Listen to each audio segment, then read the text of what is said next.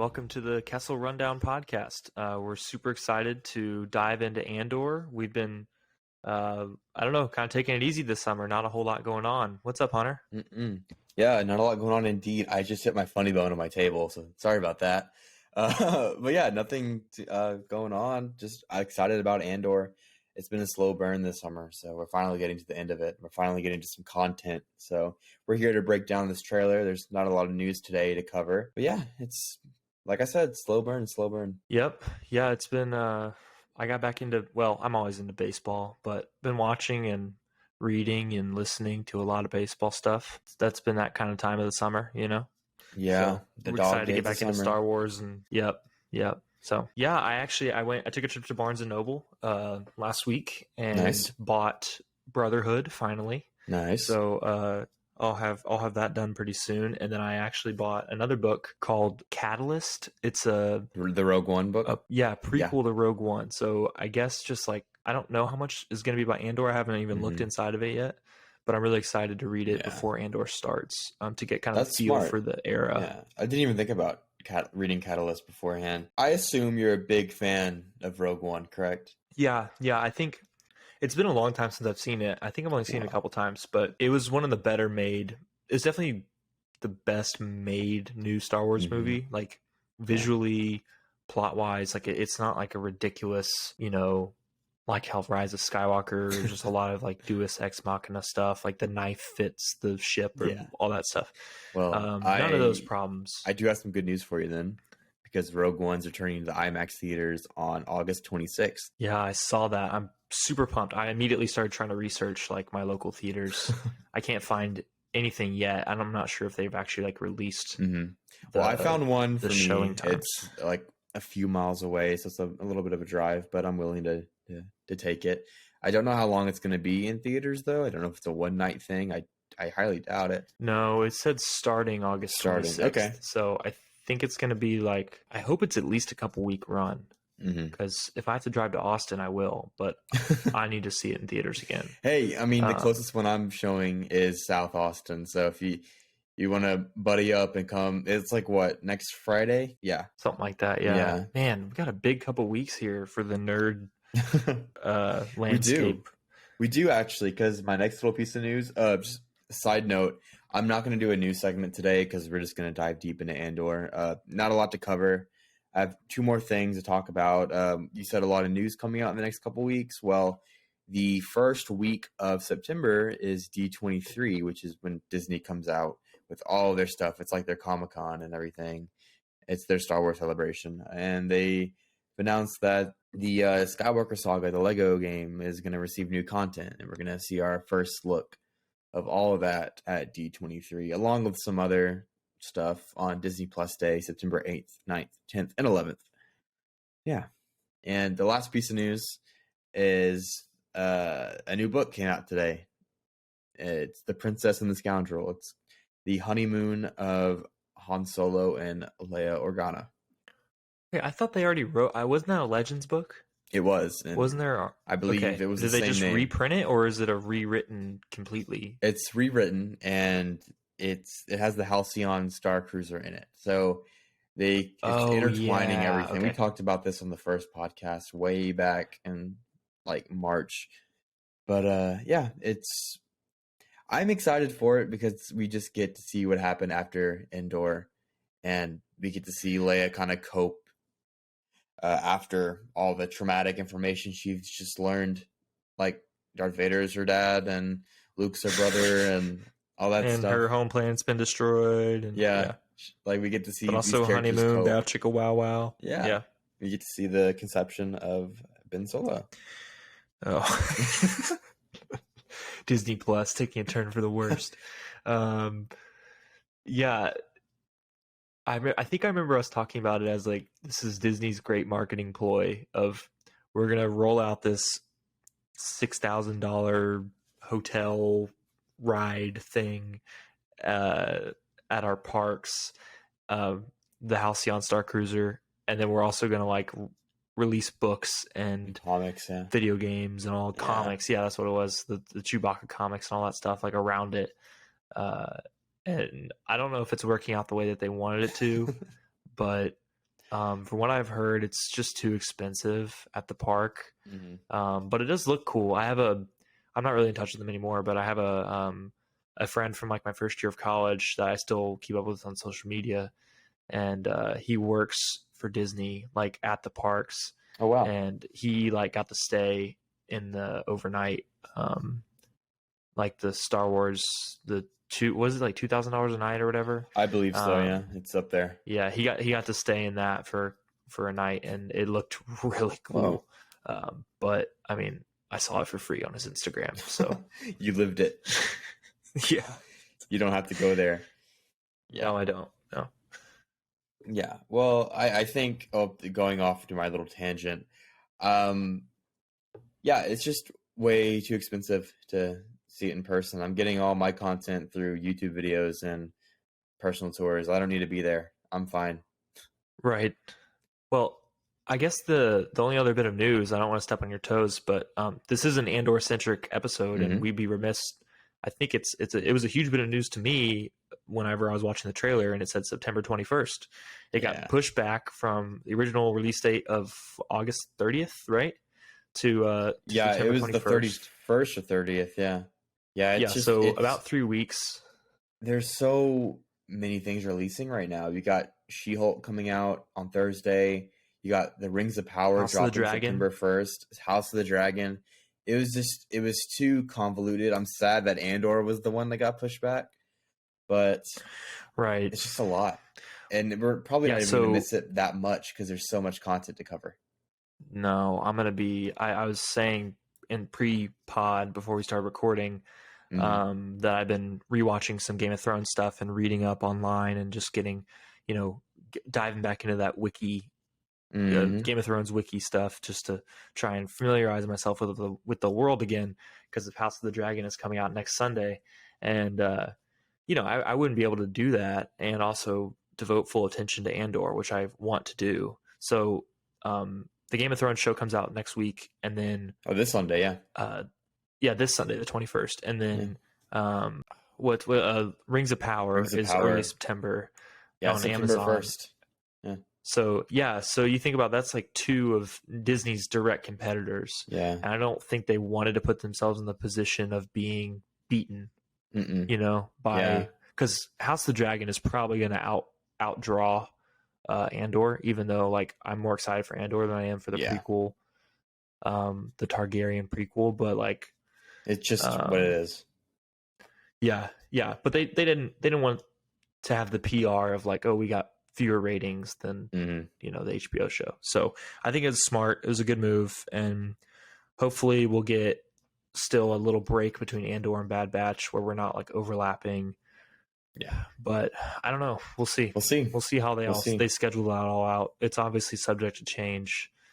But 3 episodes at once we're gonna get on the 21st. How do you feel about that? I mean, that's probably a movie length right there. Because if we're thinking maybe like 40 minutes per episode, hopefully that's a movie right there. That's the first arc of the series. It's a nightmare for us. They didn't have the YouTubers and podcasters in mind whenever they scheduled 3, I'm assuming 30 to 50 minute episodes in a row. We're going to be drowning. Yeah, it's going to be, but it'll be fun. A lot. I thought Kenobi was going to be tough, but no, this is 3 episodes. This is going to be something else. All right, and in this episode of the podcast, we are going to go frame by frame through the new Andor trailer. Well, it's not new anymore, but it's the newest Andor trailer. So we're going to go frame by frame and just kind of explain what's happening and theorize and try our best at describing what's happening. You ready? Let's go. This is probably the final trailer we're gonna get, I would imagine. Yeah, before all the TV shots and snippets, which I don't watch personally because it's just too spoilery. But this is the last of what I'm gonna see until the show comes out. All right, let's go. All right, so just off the first shot, it's not filmed on the volume. It's actually this whole series is filmed in person at these locations. Yes, I think this is the Scottish Highlands. Yeah. It looks so otherworldly too. It's so good. Those two characters we see a little bit later. One of them is Cassian. Another one is a known character. But yeah, Star Wars is going back to its roots, filming on location. Oh, I love it. Yeah, I think we're really excited for the lack of the VFX, or as they named it, the volume studio that Disney's been using for The Mandalorian and for Obi-Wan, and for Boba Fett. I think it works sometimes. Like in the first few episodes of The Mandalorian, I think it was stunning. But other times you can really tell that they didn't put a lot of work into it. I'm looking at you, Obi-Wan. So I'm really excited for this kind of Lord of the Rings-y shots that they've got in here. Just panning landscapes and stunning visuals. This is what filmmaking should be. I agree. So I agree. I'm excited. All right. So in this shot right here, we see Cassian and an unknown. Still, they're hiking. They have their really cool ponchos on. But if you see in the background a little bit, there is a squadron of TIE fighters, which leads us into our next shot of the Space K-47 wielding mystery person. So yeah, it looks like an AK-47. I don't know if it's gonna fire blaster bolts, if it's gonna fire actual bullets, but it would be cool to see the Star Wars gun actually fire actual projectiles. Yeah, this is there was a lot of it was a very stupid it was a very stupid controversy that this caused after this trailer came out. Everyone's, oh, that's not Star Wars, it looks like a real gun, that's stupid. But I mean, it's literally a made up world. Like, can we not make up a new kind of gun? Like, I don't understand why this is so controversial. No, but it's not. It looks like he's got a clip with some sort of like metal casing in there, so I don't. It might fire something other than blaster bolts, which would be really interesting. I think this character's name is. I wrote it down somewhere. Bix something. Bix Kayleen. It might be the romance to Cassian Andor. That's what I've been hearing. But she's going to be a central part of the show. She's tinkering with something. Who knows what it is? But they're all looking up at the incoming Star Destroyer. Yeah, in low orbit with a squadron of TIE fighters. That's pretty sick. That's my favorite shot of the whole trailer. Well, maybe second favorite when the late at the end of the trailer when the fighters get deployed. That looks pretty sick. But yeah, this now we see this like weird Machu Picchu looking. I don't know what this like landscape is in front of young. It looks like young Cassian. Yeah, I agree. I think this is also young Cassian. Of course, we don't know for sure, but this place looks like a mined out quarry. I do have some theories just based off this first shot, though. Given Cassian's age and how old he is in this shot, this might be during the end of the Clone Wars, whenever the Empire takes control. As we know, that Cassian's family was part of the CIS, the Confederacy of Independent Systems, so he was a separatist. And as we saw in the opening crawl, Revenge of the Sith, there are heroes on both sides, so that doesn't automatically make him bad, but that also just, gears up his redemption to be that much more heavy. But yeah, this could be his family's quarry or just a random quarry. Maybe minerals and materials used for the Clone Wars that were left abandoned after the Empire took control. Or maybe his family was rich when during the Republic, and when all that happened, they were kind of left in the dust. But yeah, that's him. Maybe looking out over a quarry. All right, in this shot, we see the young boy, who we think is Cassian, but could be any person, crawling into this pod. It looks like the background doesn't look like the quarry background of the last shot. It looks more lush than anything. But I don't know what he could be climbing into. Do you have any idea, any insight? Well, it's got steps. Like it's got the. I recently rewatched a little bit of Last Jedi because it was on TV, and kind of looks like in the bombers how they have the steps that Rose's sister has to climb to like deploy the bombs in the beginning. So it could be like that, like he's climbing up into a warship, trying to like dismantle it from bombing his community or something. Possibly. I don't know. Yeah. So yeah, here in this next shot, we see the Imperial Senate, the long-awaited. We've been waiting for this for a while, ever since Revenge of the Sith. Really, we had these questions about what the Imperial Senate would look like. Would it stay the same? Would he excommunicate a bunch of systems? How would that work? But here we are. It looks pretty much the same, just a lot cooler, and it's like curved, which is really interesting. But I'm excited to. I wonder if Palpatine will be in this. This leads to a lot of symbol on questions. The symbol on the floor. What? No. Yeah, the Imperial cog. Oh wow! Did you not catch So that? cool. No, I didn't. Yeah, it's so cool. It's okay. It's very subtle. It's all good. Another thing I wanted to point out: is there anybody in the main pod in the middle? It doesn't look like it. No, it doesn't look like it.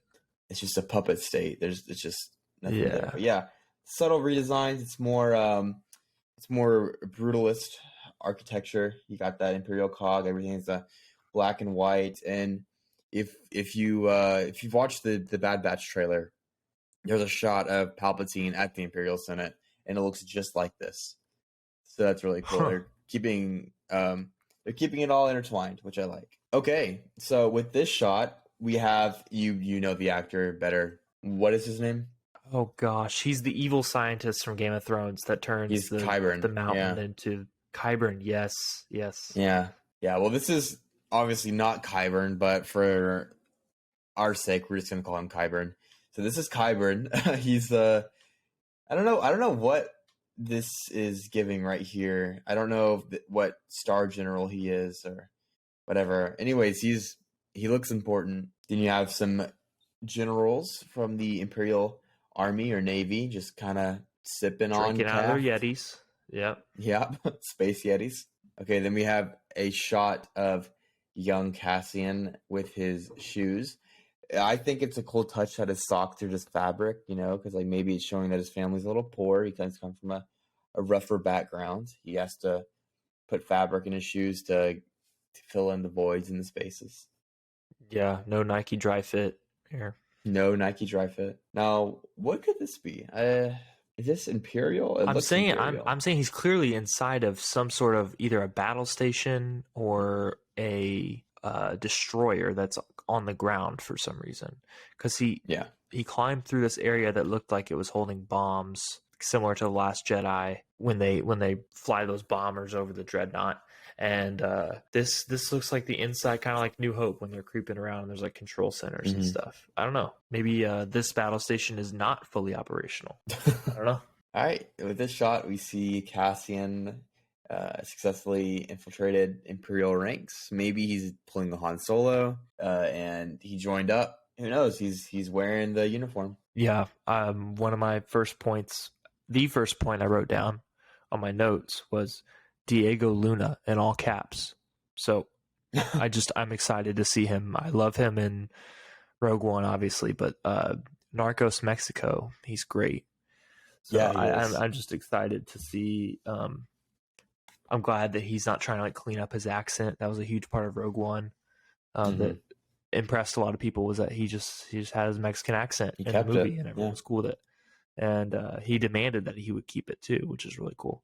So I'm excited to just hear that smooth voice again and watch him. He's such a good actor.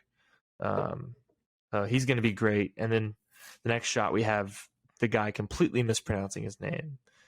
I think this kind of I like this because it might be surface level, just mispronounce the name, but this could be just dialect differences. Cassian Andor. Yeah, maybe this is where he's from. They pronounce the O's like an E. It's just it's their dialect. Yeah. But yeah, Cassian Andor. This is Lutheran Rail. I don't know how to say his last name, but played by Stellan Skarsgård, a phenomenal actor. And he's going to be what looks like a big focal point in this series. So we have this triangle. We have Luffin, Mon Mothma, and Cassian. So they look like they're all going to be intertwined in this big story, big three important players. Yeah, I don't know anything about him. Obviously, we have some Oh, Cassian has a beard now, so obviously some time has passed. Yeah. But we have some former knowledge of Cassian's exploits and his talents, and then we also know that Mon Mothma was a huge part of the rebellion later in all the original trilogy. So we know she doesn't die or anything. So, but we don't know anything about Mark Skarsgård's character. Yeah. So I'm really excited to see. Background. Yeah, look in the background of this shot. It looks like the bell tower from the first shot of the last trailer. It's kind of got the same color grading, same kind of chains laying everywhere. So just a little thing I picked out. The shot where it's definitely Jon Favreau in a fat suit banging the bell. Yeah. Yes. Okay. So now, juicy shot. We see just looks like two people watching this squadron of stormtroopers walk by. But if you look close enough, these are Phase 2 clone troopers. They have the visor squared out at the end, just like the Phase 2 have their visor squared out. And this kind of gives like the thought that maybe this is a story told decades, and like maybe this picks up and like, we saw that little boy, and maybe Cassian's a little boy, and then of course we see him later on. So maybe this story spans decades or years. As we see later, Luffin at one point has longer hair in the trailer, and then he has shorter hair. So just time passing, but these are Phase 2 clone troopers in the flesh, no CGI. Yeah, practical clones once again. That's something we're really excited about. And then, we could be seeing like the very beginning of the Empire. Obviously, they didn't have new armor, just like primed and ready to go for the stormtroopers. So letting the clone troopers go out and do their work right at the beginning of the Empire probably is what we're seeing here, would be my guess. Yeah. Like I have right after the Republic falls. Possibly. Maybe this is how they quiet down systems that were riding against everything. But a quick question. How far are you in the Bad Batch? I only watched the premiere of the first season, which is like a huge plot download though. So yeah, I just it is overwhelmed definitely by it. Well, yeah. I will say toward the end of the Bad Batch season 1, they do explain what happens to the clone troopers and who's training the new clone troopers. Not the new ones, of course, because they don't commission them anymore. But what happens in this transition period? They go over that in the last few episodes of season 1. So it's kind of weird to see Phase 2 troopers knowing what happens in Bad Batch, but maybe this is a plot point. Who knows? I don't want to spoil it for you, but we'll just move on to the next shot. Okay, so we have 2 Death Troopers escorting an ISB officer, and her name on IMDb is Deidre Miro. So let's see how right that is whenever the show comes out. I could be completely wrong. But it's cool. It's going to have a little espionage with the ISB. I always love the ISB. I think it's really cool. Agent Callus from Rebels was a fan favorite character of mine watching the show. So it's good to see ISB. Dude, yeah, he might be in this show. We don't know. Oh shit! I didn't even think about that. I think he probably will. I think that's like one of those things that they'll fit in as fan service to make us and the people on YouTube be like, whoa, that's Agent Callus. So yeah, there was like in Rogue One, whenever they're going off to Scarif, they call Hera Syndulla's name over the intercom, Captain Syndulla. So maybe they'll have one of those. Yeah, but moving on to the next shot. So this looks like Bix Kayleen. I keep on forgetting her last name. She's being caught by the only thing I can describe them as is a city guard. It looks like they probably are part of the Empire, but they have a different uniform. No, not at all. Not at all. So if the Empire is the FBI, these are traffic cop. These are the cops. Yeah, these are the traffic cops. These are the mall cops. Yeah, it looks like she was caught doing something. So we'll see where that goes. Maybe Cassian has to rescue her. So this looks like a ship scrapyard, this shot. This could be on the planet Braca, which we see in the Bad Batch, and we also see predominantly in Jedi Fallen Order. This is where Cal goes into hiding after Order 66. But yeah, this is just a shipyard. Pretty cool. Okay. Yeah, Then he's walking through this, like, it's definitely a working shipyard, not like an abandoned shipyard. 'Cause there's people welding, Yeah. and smokestacks, and all sorts of stuff. So this may be where he works during the day. This may be like where he steals stuff, or we have no idea. But it looks like a really interesting set piece. Yeah, time will tell. Okay, and we'll just watch through this. Yeah, streaming September 21st, and I'm like, what? September 21st? Yeah. Yeah, it's a month away. It sucks, but oh well. Okay, now we see Lutheran Starship, which looks like a mix of the Millennium Falcon with the cockpit. Also, it looks very high tech and modern. It's nothing a Rebel leader would have. You can tell that he is like well connected, that he's an underground rebel, that he's not like Saw Gerrera living off the map. He's like Mon Mothma, like walking the halls of power and fomenting rebellion, right? This is a really nice ship. It looks kind of like when my little brother got the Millennium Falcon Lego set, and he after he built it like really easily in like 8 hours, he took it apart and then just built random ships with it. And this is kind of like what it would be like if you just combined parts of the Millennium Falcon and parts of something else. It looks pretty cool. Yeah, it's like an amalgamation of just everything. Yeah. It looks, it also looks like the Ghost a little bit, the front of it a little.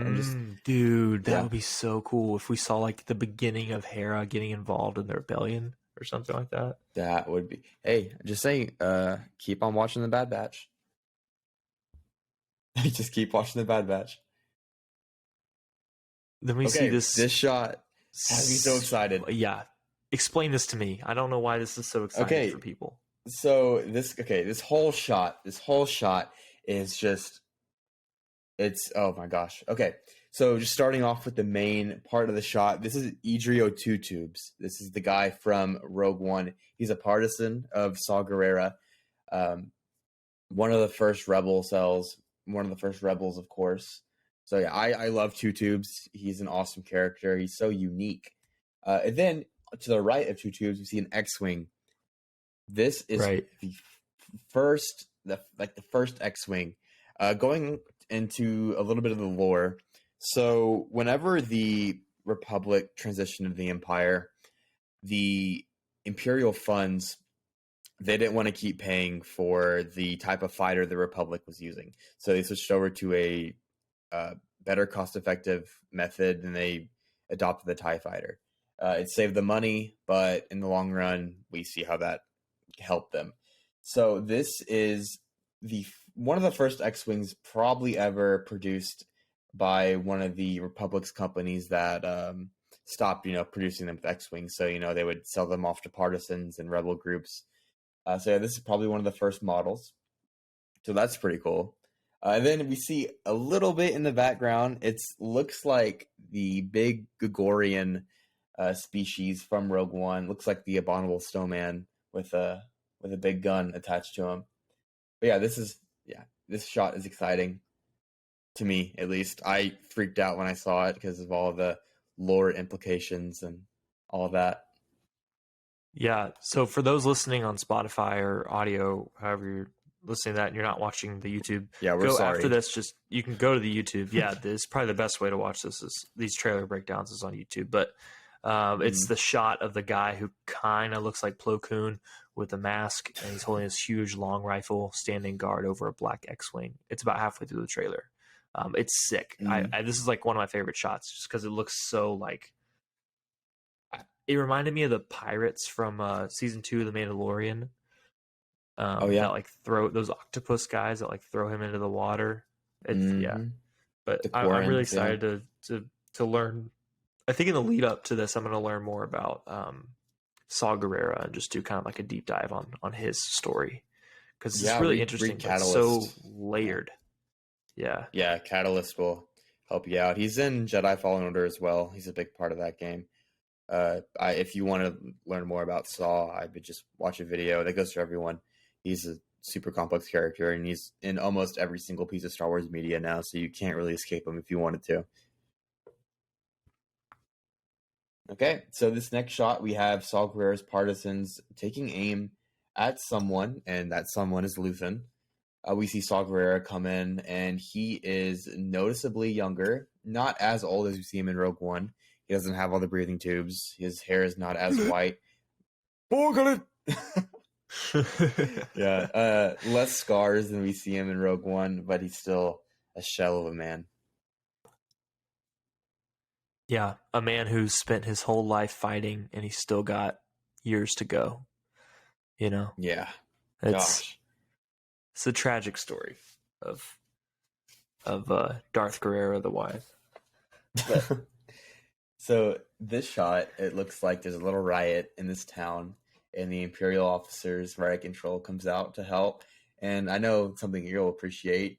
The guy on the farthest right looks like Ryan from The Office, BJ Novak. He kind of does, yeah. Well, oh, man. So in a broader sense, how cool is it that we see like real armor? Like, this is great costume design. This is great. They're shooting in a real set with real buildings, real armor. These guys look like they could be on the NYPD SWAT team, or they could be on the Imperial Riot Squad. Like, we don't know. And I think bringing that kind of realism to a fantasy world is so important, because it's going to turn people off if it's always like Marvel can be like this, where the later stuff is like, there's so much tech that is just overwhelming. But when you bring in like, oh, this guy's just in SWAT armor, and it's like, it looks like riot gear, you know what I mean? And it's so neat. And I'm glad that that's coming back to Star Wars after so many years of CGI'd clones and I agree. And droids and all that. So I agree. One thing I loved about Solo is whenever he is shipped off to Mimban, he's not wearing, he's wearing like this, like practical war attire.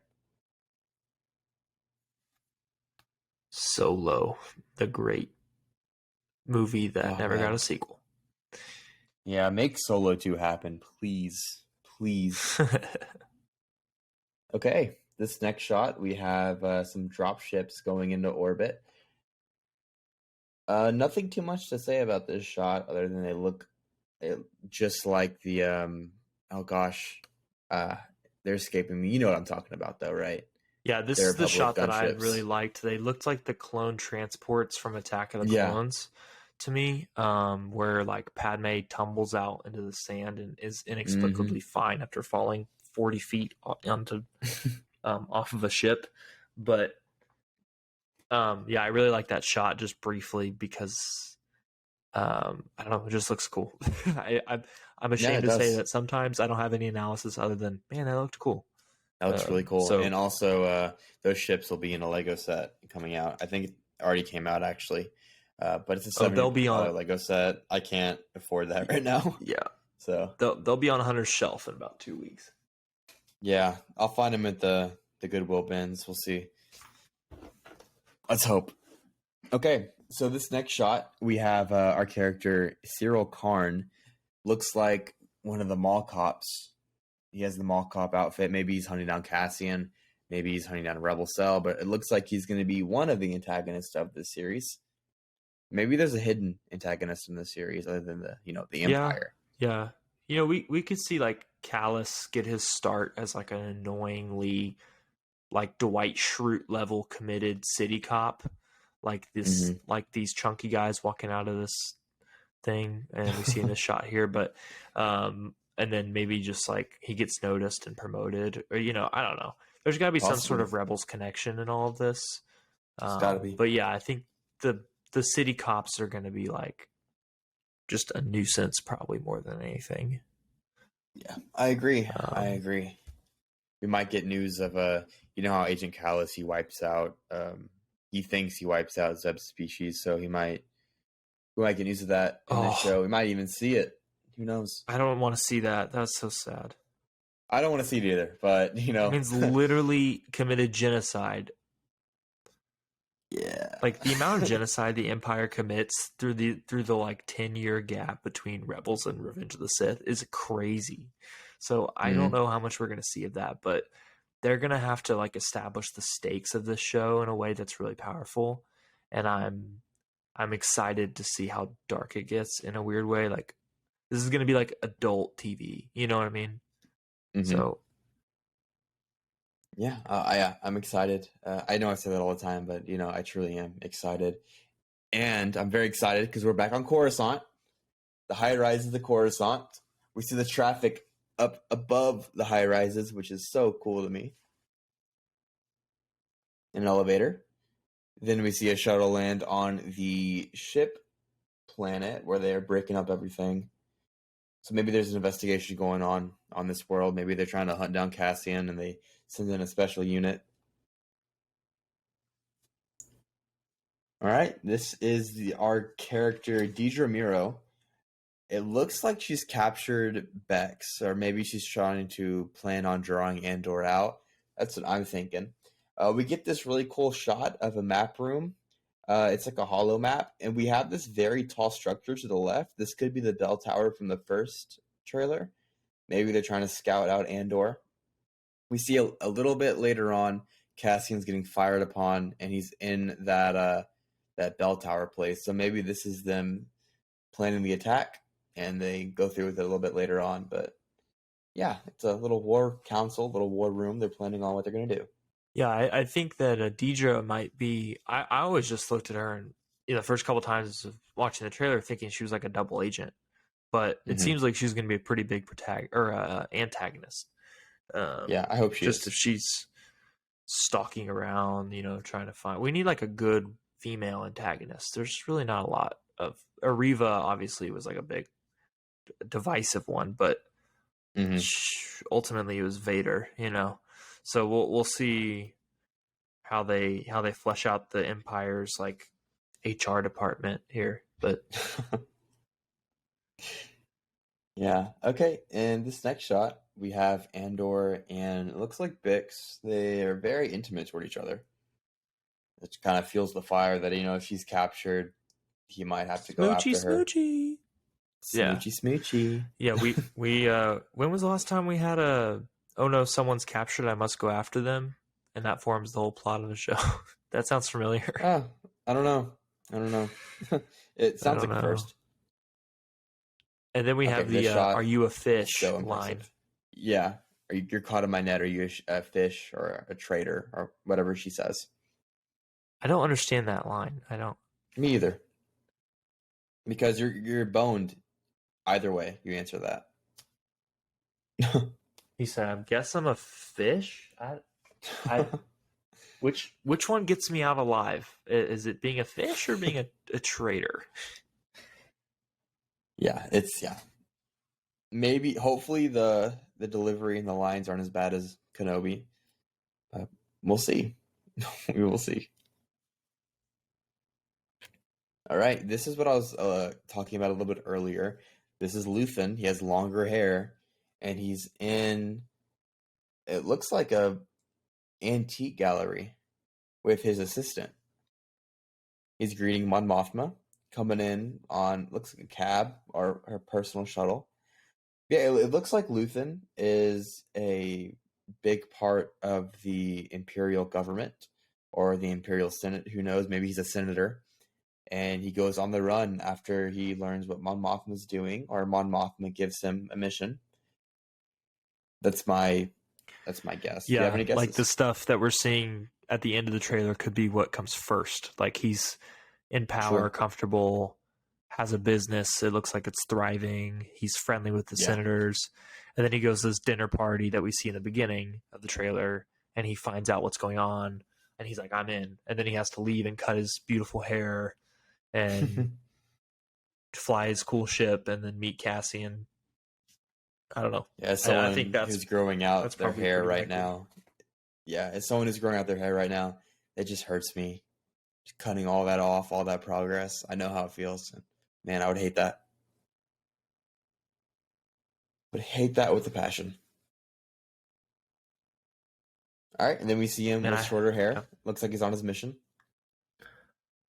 Yeah, is that him? I can't really tell, but yeah, it looks like him. Yeah. Oh, there it is. Yeah. Yep. Yep. A better image of him. He's got And we so see many him deploy clothes. some guns. Yeah, he's like a Lando Calrissian type character. He's rich. All Now right, he's then we going head have on him. against TIE fighters. Yeah, So 3 TIE fighters and a TIE bomber, and then we have this really cool looking like Star Destroyer with 2 like panels on the side. This is no, that's a DirecTV ship. The satellite dishes. That's why my satellite's always out. It looks like an early Ralph McQuarrie drawing. I could be wrong, but they bring back everything that he's drawn and come up with back into the media, like with the Mandalorian. So maybe this is a Ralph McQuarrie design they brought back, because this does not look familiar at all to me.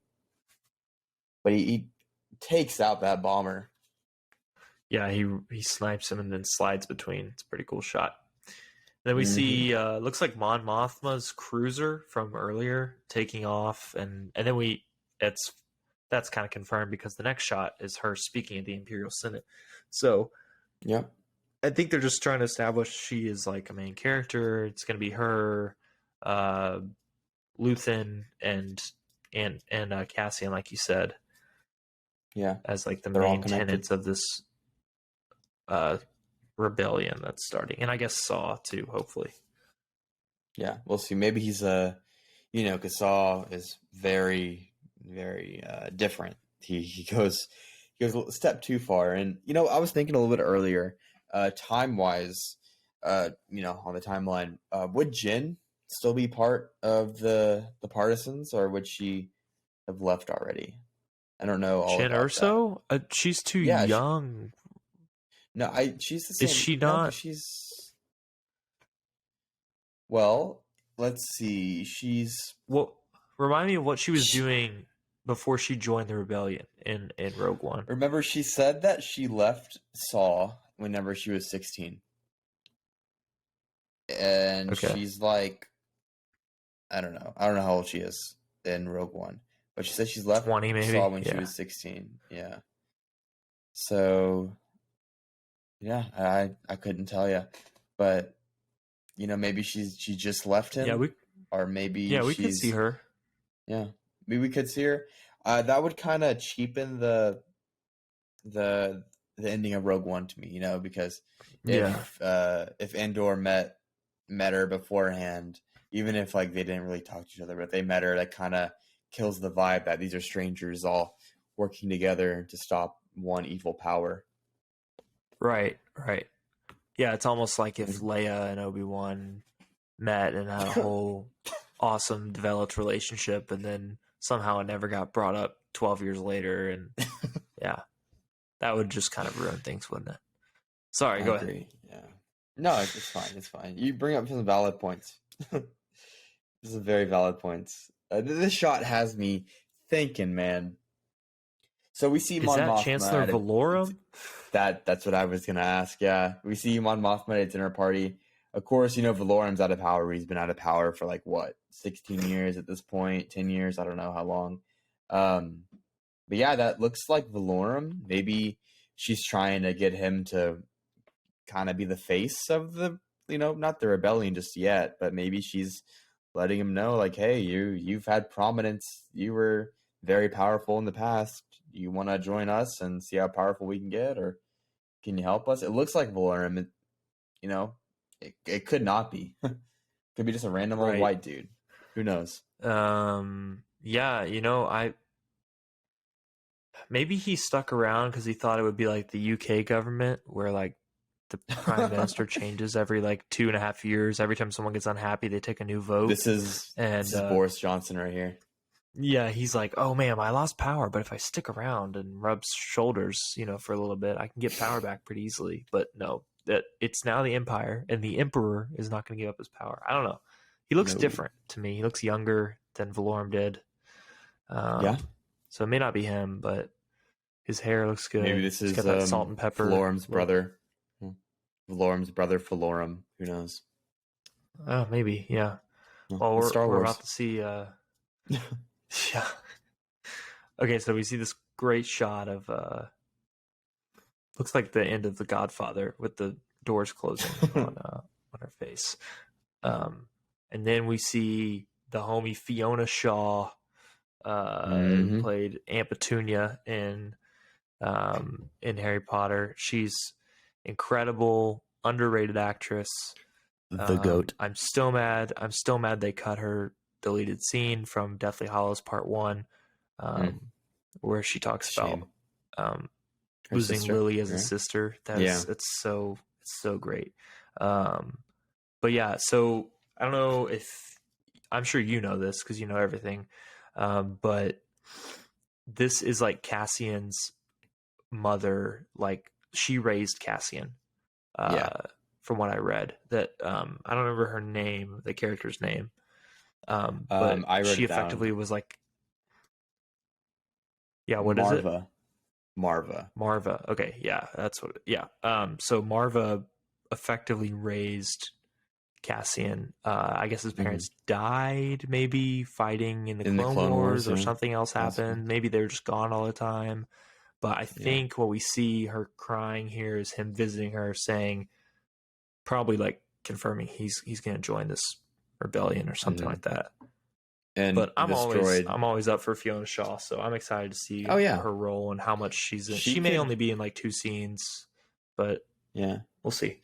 Well, remember in the last trailer, she had the final lines. It was something like, "This is how a rebellion is born." I don't remember verbatim, but she could start working with the rebellion. Who knows? But this is the droid. I love this droid design, by the way. It looks so, like, I don't know, like I said it before, but like so brutalist. Yeah, this is B2EMO. So this is B2 Emo.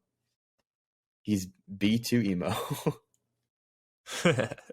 He looks like a gonk droid with some like new age technology. I don't know. Yeah. He's got that same shape, like a trash can. Yeah. All right, so this character. Yeah, who is this? Here, let me go back a little bit in the trailer. This looks like Luthen's assistant. I could be wrong though. Oh, yeah, maybe his like shopkeeper. Yeah. Or maybe that's his home. I don't know. It's like his daughter or something. Wife, yeah. I don't know. It looks like her. Maybe she's maybe she kind of finds out what Luthen's doing and she reports him, and he has to go on the run. Maybe. Yeah. I don't know. We'll see. Then we see Cassian pulling this big old lever. We love a good Star Wars lever pull. Every Star Wars like piece of media has somebody like slamming a lever really hard, push it, or like hit it, and they're just like bam, and then something happens. It's a trope that's I'm excited to see continue. So, yeah, Han yelling punch it. Yeah, punch it. That's what I was looking for. Yeah. You're close. Punch it, Chewie. Part. Yeah. Push it. Bop it. Yeah. And then we see Cassian here in this, I don't know, it's like mine shaft bell tower thing that we were looking at earlier. But now he's fighting someone. So yeah, maybe the ISB found his location and they're trying to it doesn't, he's getting fired at. These aren't stun shots, so they're shoot to kill. He's doing a good job dodging them. But yeah, they look like they're not trying to take a prisoner. They're trying to kill him. All right, then we have a clean-shaven Cassian. And then we see a dam. This looks like the planet we saw at the beginning of the trailer. This could be like a Hydra Dam where they process power. Maybe this is power to the Imperial base on this planet, and they're trying to knock out the power to the base. Who knows? But this is definitely Cassian, dressed up like an Imperial guard, infiltrating. It looks like well, I don't remember what district it was. District 13, maybe, with all the Hydra Dams and Hunger Games and Mockingjay movie. Mockingjay when they Part knock 1, out the Hydra Dam. Yeah. Yeah. And the Hanging Tree song is playing. Yeah. Yeah. Yeah, all these shots get the vibe of that. We see, when I first saw this, I thought it was Camino, but it's not. We see these Imperial workers. They could be slaves as well, kind of rebel. Maybe this is see, I think that his love interest Bix is captured, and the ISB gets kind of information on what Andor's doing, and he's a rebel.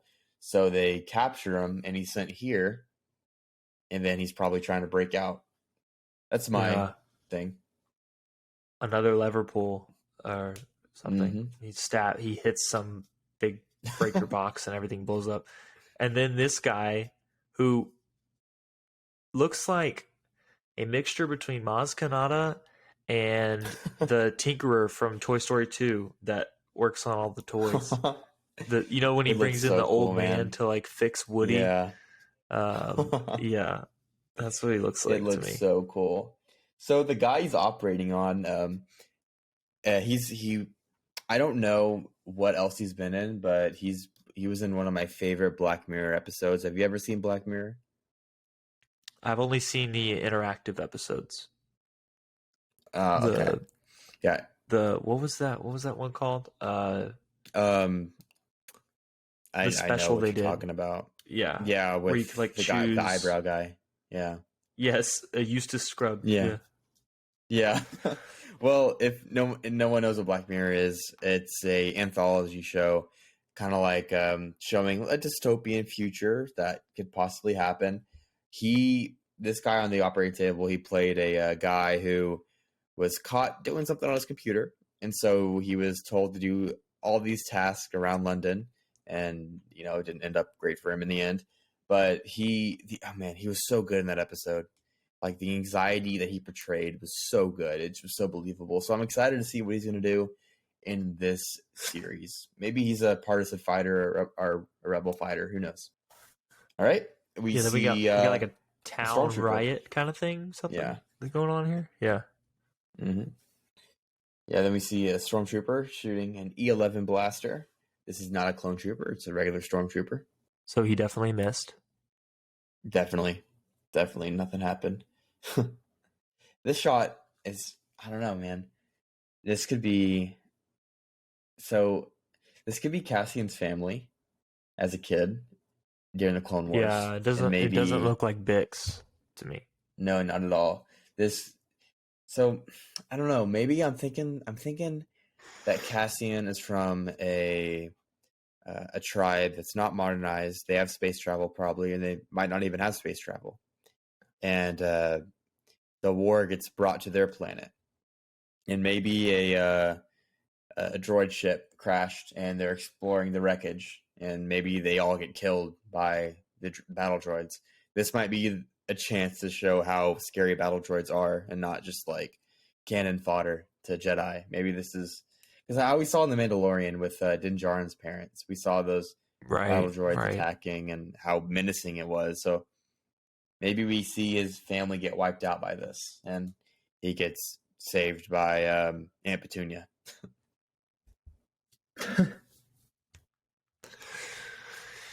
Oh man, I love a good origin story. We'll see where this goes. I'm really excited. And the last couple shots is just kind of similar to Solo, where it's just really cool flying sequences. That I don't know. It looks like he's flying through like a cloud of dust. I don't even know, but yeah, this, it kind of looks like that shot in Rebels whenever they disable a Star Destroyer coming out of hyperspace. Or it looks like one of the bombs from Clone Wars. Maybe they shot down a Star Destroyer and they're chasing after it to loot it or something. But yeah, that's the Cassian Andor show. Andor. I'm so excited for it. This is probably the one piece of Star Wars media that has me hyped. This had me more hyped than Kenobi whenever Kenobi was being promoted. Really? Yeah, it did. It's just the time. I love the Rebel Alliance and the formation of it all. As much as I like Star Wars and all the Jedi, I'm kind of tired of it, man. I want to see an actual ground level view of the conflict. Yeah, me too. I think that's a good point. I think that seeing the rebellion come up from the bottom, seeing how it affects real life people. Like I said before, I've been rewatching some Game of Thrones, and there's this moment early in the first season, so I'm not spoiling anything if you haven't seen it, but like people listening, where Daenerys is talking to Jorah, and they're talking about Viserys. This is her brother, who is a jerk and thinks he's going to be king and all this stuff. And she's like, well, I heard that people are like clamoring for him to come back and retake the kingdom. And Jorah goes, no one in the kingdom cares about the games that the royals play. They want food for their children, rain for their crops, and a safe place to sleep. They don't care who's king. And it was like, man, like that is the truth.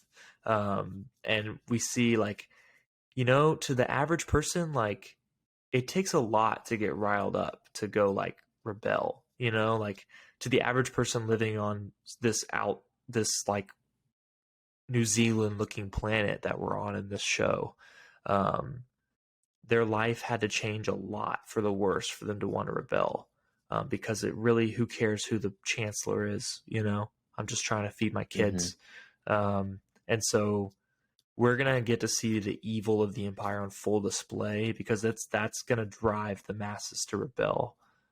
It's got to be pretty bad, because the politics, like, they have to get really bad for people to actually care. You know what I mean? So I'm excited to see like the extremism of the early Empire, especially because, you know, we see in Kenobi and stuff like that some people just want order, right? But I think early in the Empire, as you see like Bad Batch and Rebels, they're brutal, like just mowing down whole populations, blowing up planets, like they're awful. Yeah. So I'm interested to see how that rebellion grows from the ground up. Yeah, and we're gonna see it here. I mean, I'm so excited for all the stuff we're gonna see with Mon Mothma starting the rebellion that way. Yeah, another Saw Gerrera show to be excited about. Yeah.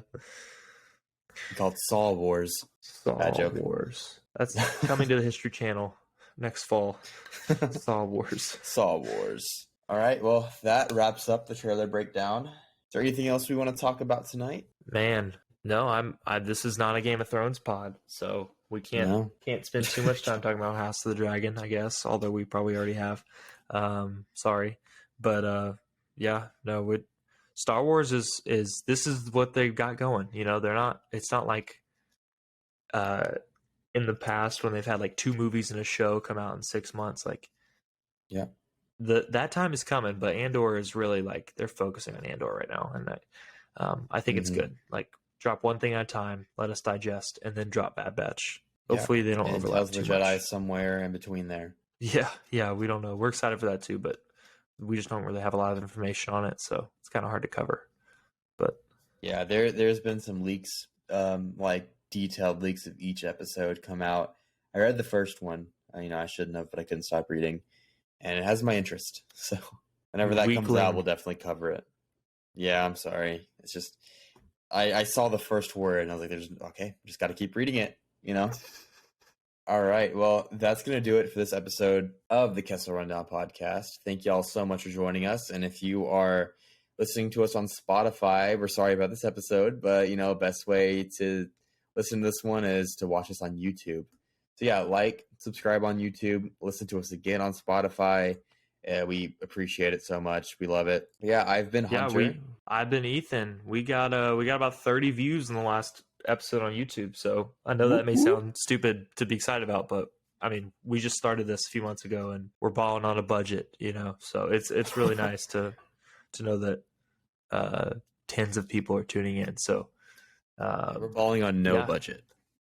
I should be clear, we're balling on a budget of $0, of whatever it costs to run free software to record these podcasts. So yeah, all right, just our sanity. Yeah. All right, Hunter. Well, I will talk to you soon, and we'll revisit some. I guess once I get through Catalyst and we get more primed for Andor, we'll come back a couple times before the show actually starts and discuss some other things. So I'm excited, man. All right, I'm excited too. Hopefully, we can find a way to go see Rogue One. Oh, for sure. All right. Well, this has been the Kessel Rundown. Thank y'all so much for listening, and may the force be with you.